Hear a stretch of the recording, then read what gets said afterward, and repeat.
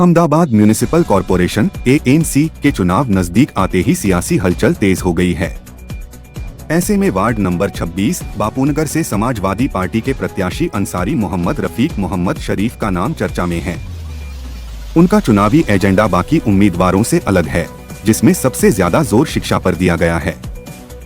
अंसारी रफीक का मानना है कि बच्चों का भविष्य मजबूत करना है तो शिक्षा की नींव मजबूत करनी होगी। वे वार्ड के सरकारी स्कूलों को वर्ल्ड क्लास सुविधाओं से लैस करने, हर इलाके में मुफ्त कोचिंग और लाइब्रेरी शुरू करने, साथ ही हाईटेक कंप्यूटर क्लास के जरिए बच्चों को डिजिटल और कोडिंग स्किल्स सिखाने की योजना रखते हैं। इसके अलावा कुपोषण मुक्त और शिक्षित बचपन के लिए हर क्षेत्र में आदर्श आंगनबाड़ी केंद्र खोलना भी उनका लक्ष्य है। उनका कहना है कि वे राजनीति कुर्सी के लिए नहीं, बल्कि बापूनगर की अगली पीढ़ी को बेहतर और शिक्षित भविष्य देने के लिए कर रहे हैं। अब वार्ड 26 की जनता के सामने एक ऐसा विकल्प है जो आने वाले कल को संवारने की सोच रखता है। गुजरात से शेख मोहम्मद रशीद की रिपोर्ट। आपका नाम और होगा? मेरा नाम अंसारी रफीक नूरी, समाजवादी पार्टी बापूनगर वार्ड उम्मीदवार। आपका निशान क्या और आपकी पार्टी का मेन मुद्दा क्या है? हमारी पार्टी समाजवादी पार्टी, उसका निशान साइकिल है।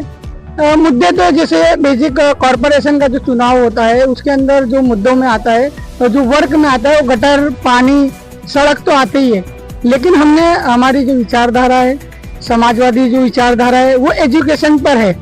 तो एजुकेशन के अंदर सरकारी स्कूल बापूनगर माइनॉरिटी विस्तार में है, लेकिन जो बेसिक सुविधा उसके अंदर जो बच्चों को मिलनी चाहिए, गार्डन मिलना चाहिए, खेलकूद की चीजें मिलनी चाहिए, तो वो सरकारी स्कूल में नहीं है। तो हमने जो हाईलाइट करा है कॉर्पोरेशन चुनाव के अंदर, वो इस चीज को हाईलाइट करा है। साथ ही साथ जो बच्चे रहते हैं उनकी आंगनवाड़ी रहती है, तो आंगनवाड़ी की भी जो व्यवस्थित सुविधा बापूनगर माइनॉरिटी विस्तार में होना चाहिए वो नहीं है। तो इन तमाम मुद्दों को लेकर के हम, खास एजुकेशन के मुद्दों को लेकर हम आगे बढ़ रहे हैं। आपके यहाँ इलेक्शन में भाजपा है, AIM है, कांग्रेस है, उसके सामने आप जो खड़े हो साइकिल लेकर, तो क्या आपको लगता है कि आप निकल जाओगे साइकिल लेकर?